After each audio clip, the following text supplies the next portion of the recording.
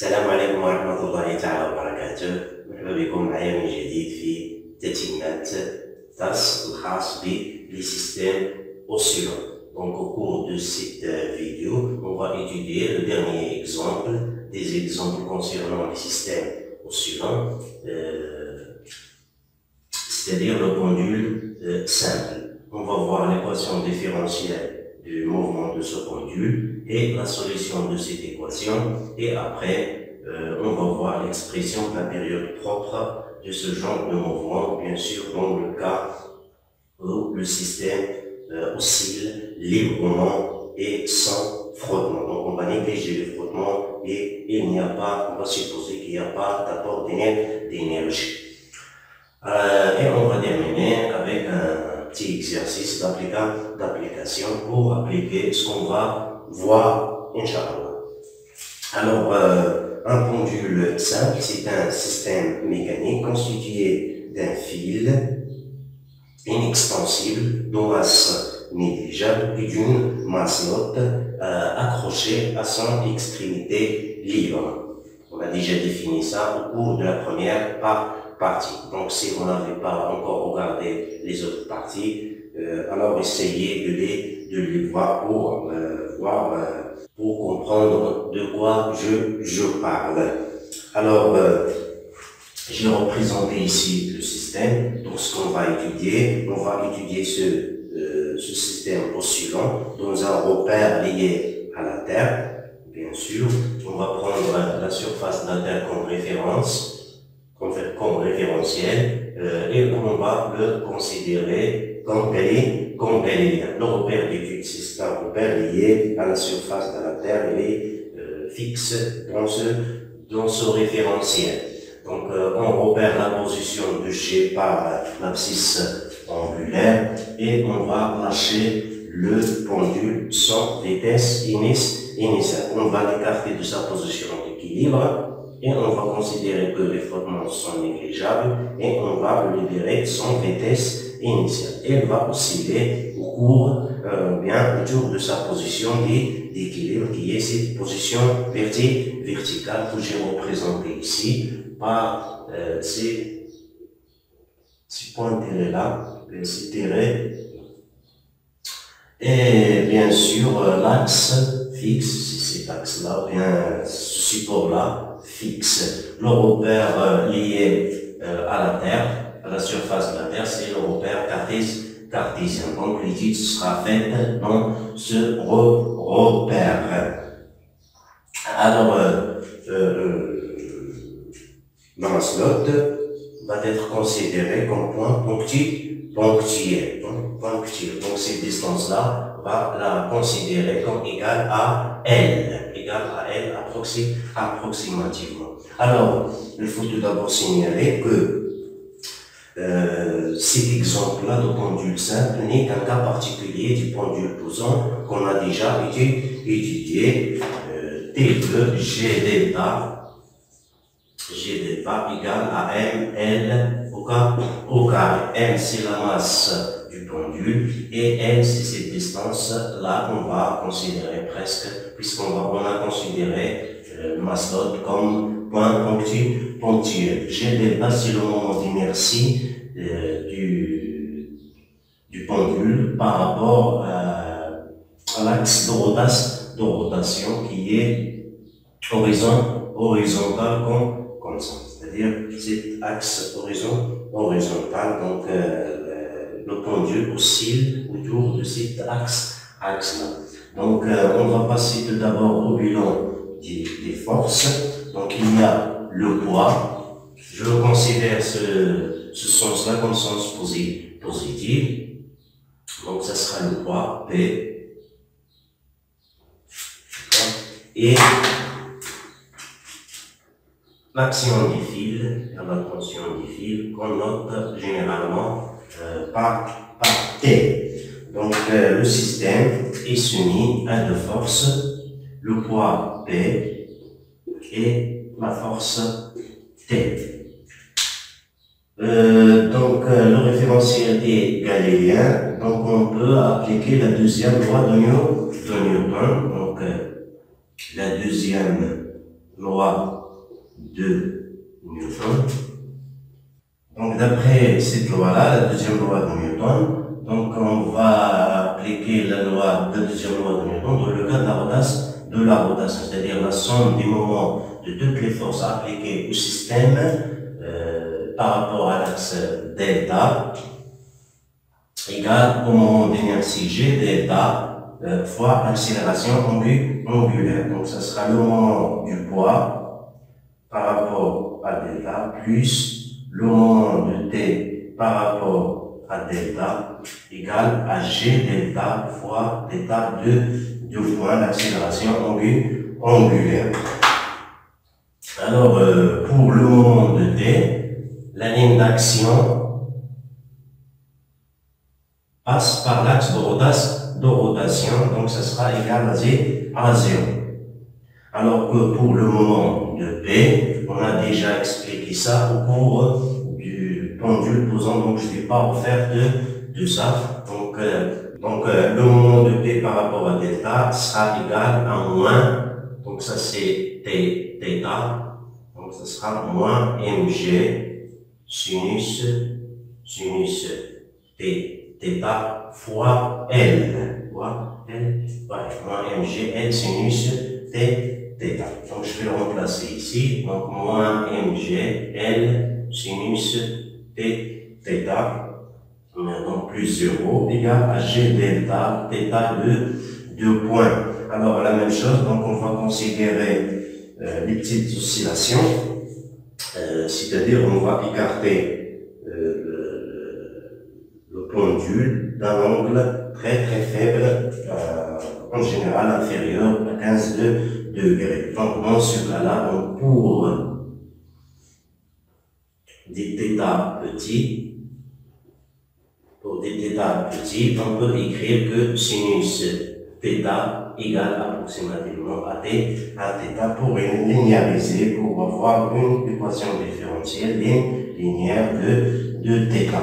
Donc, comme ça, on va obtenir directement moins mgl θ égale à g delta θ de 2 points, ce qui va nous donner directement l'équation différentielle g θ de point plus mgl θ égale à 0. Et on obtient l'équation différentielle du mouvement mgl sur g delta θ.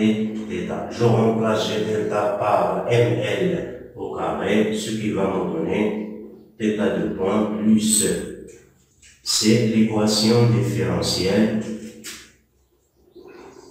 du pendule, du mouvement du pendule simple pour les petites oscillations.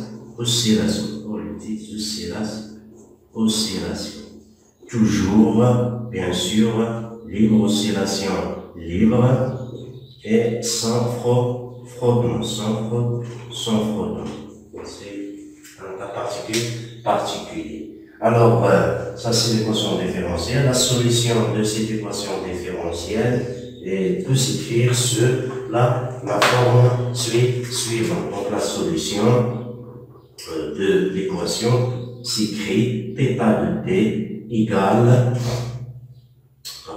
à θm cosinus de p sur t0 plus phi. Alors, phi, dans ce cas-là, c'est la phase à l'origine des dates, c'est-à-dire à t égale à 0. T0, c'est la période propre, et θm, c'est l'amplitude des oscillations. Alors, pour trouver l'expression de T0, on a déjà vu la méthode. On dérive une première fois et on dérive une deuxième fois pour obtenir l'expression de θ de point, et on injecte cette expression dans l'équation différentielle, et comme ça on obtient l'expression. Donc je vais faire ça. J'injecte donc 2 dans 1 et j'obtiens directement. Donc, je vais faire ça directement. Donc, moins 4p au carré sur t0 au carré,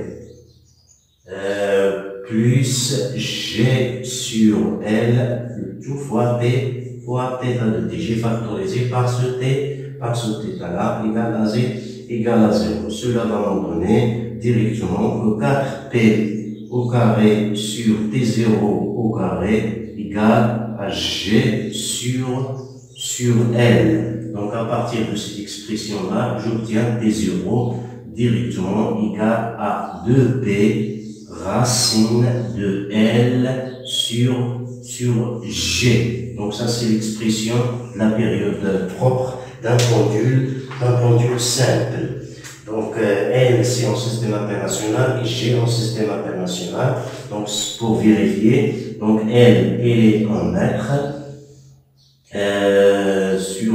Donc G, c'est en mètres seconde moins 2. Je simplifie par M, ça sera racine carrée de seconde au carré, ce qui est la seconde. Donc, T étant seconde. Faites bien attention aux applications numériques. N'oubliez pas de convertir L, c'était en centimètres. Donc, ça, c'est l'expression de la période propre.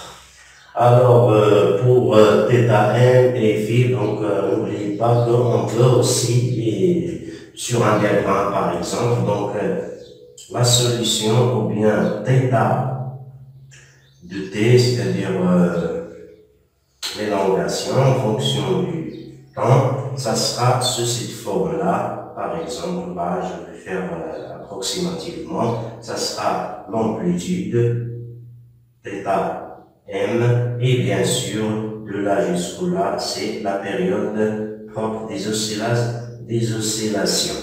Alors, faites bien attention à t, et faites bien attention à l'unité de t, et faites bien attention, θ en système international, c'est en radian. Donc, θm, c'est en radian. Si vous voulez, écrivez cette expression. Alors, pour phi, pour la détermination des phi, on utilise la même méthode qu'on a utilisée je ne vais pas refaire ça ici. On a déjà fait comment étudier, ou bien comment déterminer la phase à l'origine, en utilisant les diagrammes, ou bien en utilisant les conditions initiales. Si vous ne savez pas comment, vous pouvez se référer à la partie concernant le pendule élastique. Donc, c'est de la même manière. Donc, c'est en utilisant les conditions initiales. Ce qu'il nous reste maintenant, c'est qu'on va passer à une petite application, un exercice d'application. Donc, je vais préparer les données ici et la situation, et on se verra, Inch'Allah, pour la correction. Donc, on passe à une petite application, un exercice pour un petit peu s'entraîner à exploiter quelques acquis qu'on a étudiés au cours de cette partie-là. Alors, il s'agit d'un diagramme, c'est un enregistrement qui met en évidence, ou bien qui montre la variation de l'amplitude de l'élongation angulaire en fonction du temps. Alors, elle nous demande, pour la première question, est-ce que les frottements ont-ils une influence sur le mouvement du pendule? Deuxième question, déterminer les conditions initiales. Et troisième question, déterminer l'amplitude et la période. Et quatrième question, déterminer l'intensité du champ de pesanteur G, sachant que la longueur L du pesanteur, du fil du pendule est égale à 16 cm. Donc, commençons par la première question. Donc, toujours pour vérifier si les frottements ont une influence sur le mouvement, il faut bien observer l'amplitude. Si l'amplitude diminue au cours du temps, c'est-à-dire qu'il y a frottement. Si l'amplitude reste constante, alors il n'y a pas d'influence des frottements. Donc, d'après cet enregistrement-là, on voit bien que l'amplitude reste constante. Donc, l'amplitude l'amplitude reste constante, donc les frottements sont négligeables. Donc les frottements sont négligeables. Deuxième condition initiale. Alors pour les conditions initiales, on voit bien que à t égale à 0, on voit bien que le pendule a été écarté dans le sens positif, puisque l'élongation est positive dans ce sens, dans cet exemple-là. Alors, les conditions initiales, donc le pendule est écarté dans le sens positif, Par exemple, c'est le cas qu'on étudie ici. Alors, c'est le sens positif, donc je considère que ce sens-là, c'est le sens positif, donc il est écarté comme ça, dans ce sens, d'accord? Donc c'est dans le sens positif, si je prends comme référence, bien sûr, cette direction-là, dans ce sens-là. Donc, le pendule est écarté dans le sens positif et sans vitesse initiale.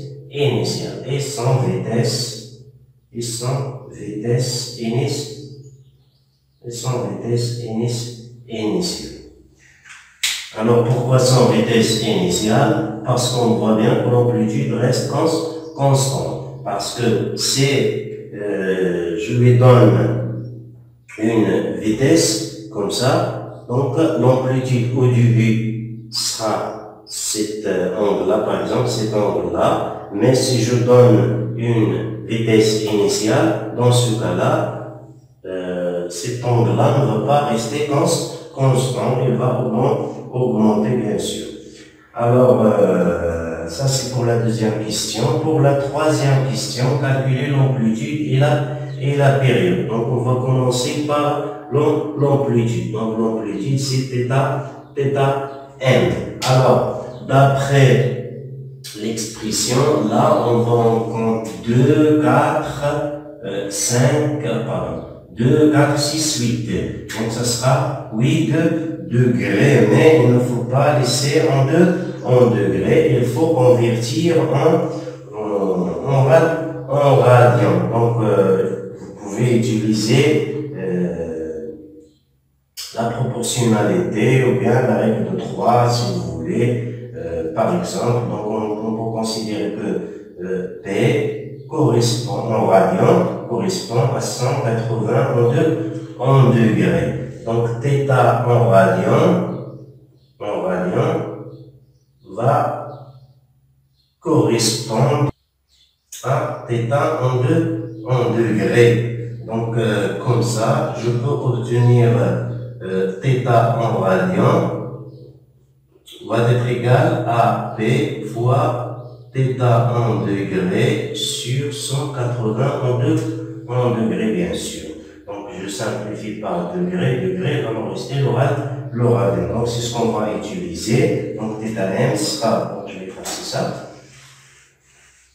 Donc ça sera P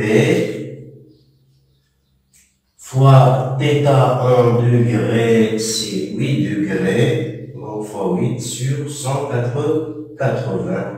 Donc, et je fais les calculs pour trouver le résultat en radian. Ce qui donne 0,14 radian. Alors, pour la période aussi, donc je peux prendre, par exemple, d'ici jusqu'ici. Donc, ça c'est T0. Alors, 1, 2, 3, 4. Donc, la période propre, T0, ça sera 4 fois, donc 0,2. Et puisqu'ici en seconde, donc j'obtiens le résultat en seconde. ce qui va nous donner 0,8 secondes, qui est 8 fois 10 moins 1 secondes en notation scientifique. Alors ça c'est pour la période. Alors on passe à la question numéro 4, calcul de G, l'intensité du champ de pesanteur. Donc on a déjà calculé la période propre et on sait que, donc ça c'est pour la période, c'est pour G. Donc on cherche G, alors on sait que l'expression de la période propre pour un pendule simple en oscillation libre et sans frottement, en négligeant le frottement, c'est 2P racine L sur G.